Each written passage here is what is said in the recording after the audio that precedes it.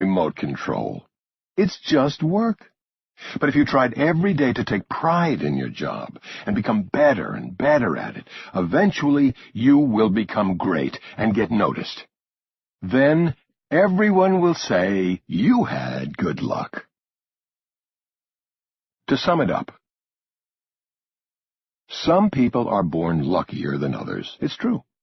Lucky people are born with wealthy parents, good schooling opportunities, and powerful connections that give them an advantage over the rest of us. But most of the super successful people I know worked hard to create their own luck. Remember, the harder I work, the luckier I get. One day, in my darkest hour, I went to a banker's dinner in Manhattan. That one event changed the course of my life. If I had not gone to that dinner, I may not be writing this audiobook. I hated to go to that dinner with bankers, but I went because it was my job to go there. It was work. Horrible, hard work. But I worked hard, and I got lucky.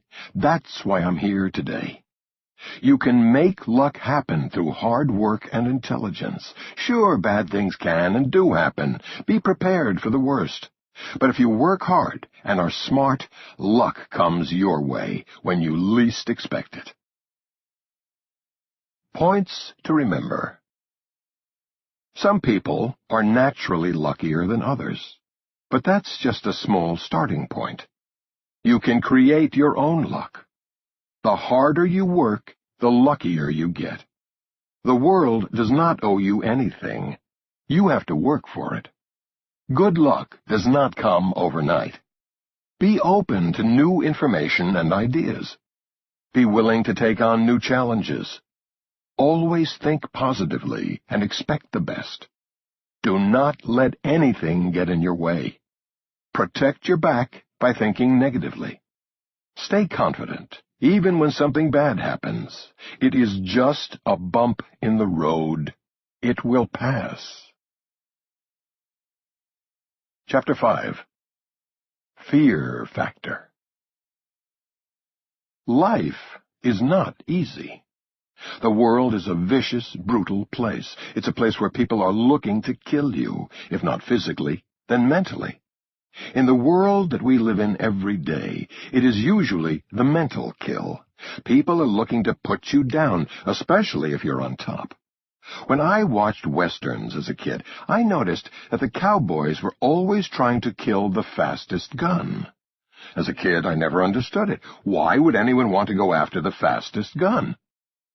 That's the way it is in real life. Everyone wants to kill the fastest gun. In real estate, I am the fastest gun, and everyone wants to kill me. You have to know how to defend yourself. People will be nasty and try to kill you just for sport. Even your friends are out to get you. As soon as you succeed, they're coming after you. I own a beautiful club in Florida called the Mar-a-Lago Club. I've had Elton John, Celine Dion, and many others perform there, and just about everybody with a lot of money wants to be a member. It has been a great, big success. One of my members is a big real estate guy from New York. 3 years ago, this guy paid me some money and joined my golf club. He's a tough, mean, crude guy, and he's worth about $1 billion, which today is not such a big amount of money. He's not the wealthiest member, but he's still worth $1 billion. I always treated him well. I would tell the staff, "Make sure my friend has a good table." Real estate people are like a fraternity. When somebody is in the same business, we take care of each other. That's why I told my staff, make sure he gets treated well. One day, I got a call from one of my lawyers about one of the office building deals I had done. He tells me, this guy I know, who owns a totally different kind of building in a totally different section of New York, had sued me. I said, "No way, it's impossible. I treat him great." I thought that it was impossible that he would sue me. He would never do that, because he was a member of my club, and I treat him so well. Nobody gets better treatment. The lawyer insisted, "Mr. Trump, I'm telling you, it's him." I said, "No way. Go back and check." He called me back an hour later. He said, "Mr. Trump, it is definitely this guy and his company." That woke me out of my illusions about him and our happy little fraternity of real estate people. I should have known. This guy was bad news. He was your typical greedy, mean-spirited real estate developer who took great pleasure in nickel-and-diming his adversaries to death. He sued me for naming rights.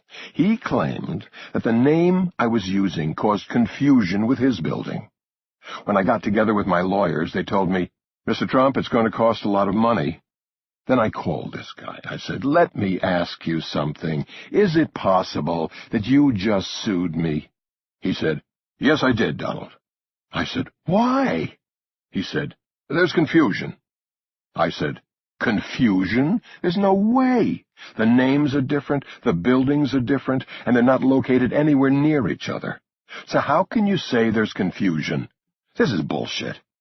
That's how some people are. They come after you just for sport, because they want to bring you down any way they can. My lawyer studied the situation and came back to me with this advice. "Mr. Trump, you'll win the case, but it will cost you about $500,000. I asked, "Why is it going to cost so much money?" The lawyer said, "We'll have to go out and do polls that show that the public isn't confused. It's very expensive." I said, "I don't freaking believe it." I didn't want to spend all that money, but I figured, what the hell? I told him to go ahead and fight the bastard. My lawyers told his lawyers that we were going to fight him in court. A few days later, I got a call from my lawyer telling me that the other side wanted to settle. And all they wanted was free club dues for him for the rest of his life. Do you believe that? In return, I can keep using the name on my building, and he can keep using the name on his building, and everybody's happy. At first I said to myself, I hate to do it because of the principle of it. Then I said, all right, we'll settle. I made a deal because when you look at it, I would save a lot of money in legal fees. You have a guy who's worth over $1 billion, and he's going to save a measly $8,000 a year in dues at my club. $8,000. He was being treated like a king, and now he made me his enemy. Maybe he likes it that way. I made the deal, but from that day on, I treated that guy like the worst piece of shit you've ever seen. And the amazing thing is, the worse I treat him, the more he comes back. It's unbelievable. One night, he was at a party at the club, and I said to his face, in front of 10 people at his table, "You piece of garbage. I can't believe you keep coming back." I said to the other people at the table, "How can you sit with a guy like this?" He just sat there and didn't say a word. 2 days later, he came back. He wanted to find out if he could get tickets for a very popular concert. I told the staff to tell him we were sold out. Whenever he has dinner at the club, which is often, he is seated at the worst table in the worst corner. We treat him like a dog, and he comes back for more. It is the most unbelievable thing. It's sick. That's why it's tough in business. I was so naive to think, no, it couldn't be him. The fact is, the world is tough and full of ruthless people who attack you for the fun of it, like my so-called real estate fraternity brother did. I turned the tables on him, though, and now I get pleasure out of tormenting that jerk. It just shows that you have to protect yourself, even with people that are supposedly your friends. When somebody takes a cheap shot at you, do not be afraid to fire back. You should never sell out your friends. As an example, Donnie Deutsch is a great friend of mine. He has a very successful show on CNBC, and he also leases an apartment from me on Park Avenue and 59th Street, a new building I built out of the old Delmonico Hotel. It has become very successful, and it's one of the hottest buildings in New York. Many people want Donnie's apartment, either to rent or to buy, but I thought Donnie had another 2 years left on his lease. His rent is $45,000 a month. So I called Donnie and asked when he would be leaving, and he told me in about 2 years. So I said, okay, I guess I have to wait. The next day, his lawyer unexpectedly called my lawyer to tell us that there was a 30-day termination clause in his lease, and they would like to get rid of it. The fact is, because it was not the most important thing on my mind, we did not even know there was a termination clause, and had we known, we would have terminated him in order to get the much bigger offer. I now had my people call Donnie and explain that we were terminating the lease. But in actuality, I was doing it just for fun, as some friends will do. I asked, I wonder how long it will be before Donnie calls me. Well, the call came in approximately 3 minutes after notification. He couldn't believe I would do it to him. But I told him, Donnie, your expensive lawyer called and explained to us that we had something that we did not even know we had. Please let me know who this lawyer is, because she made me a lot of money. In actuality, I would never do anything to hurt him, because number one, he's a great guy, and number two, it was really my intent to let him stay for a longer period of time. But I did want to have some fun with him. Donnie, rather than getting a much higher rent, agreed to pay me a couple of bucks more, but much more importantly, he agreed to make a $50,000 contribution to one of my favorite charities, the Police Athletic League of New York. So Donnie stays in the apartment. Many strange things happen in business. People you think you know, at least on the outside, turn out to be much different from what you originally thought. I was always of the opinion that Lee Iacocca was a very tough guy, hard-nosed in every way. In the 1990s, when real estate markets were crashing, Lee Iacocca wanted to do a deal with me to buy up some property inexpensively, or as we say in real estate, cheaply.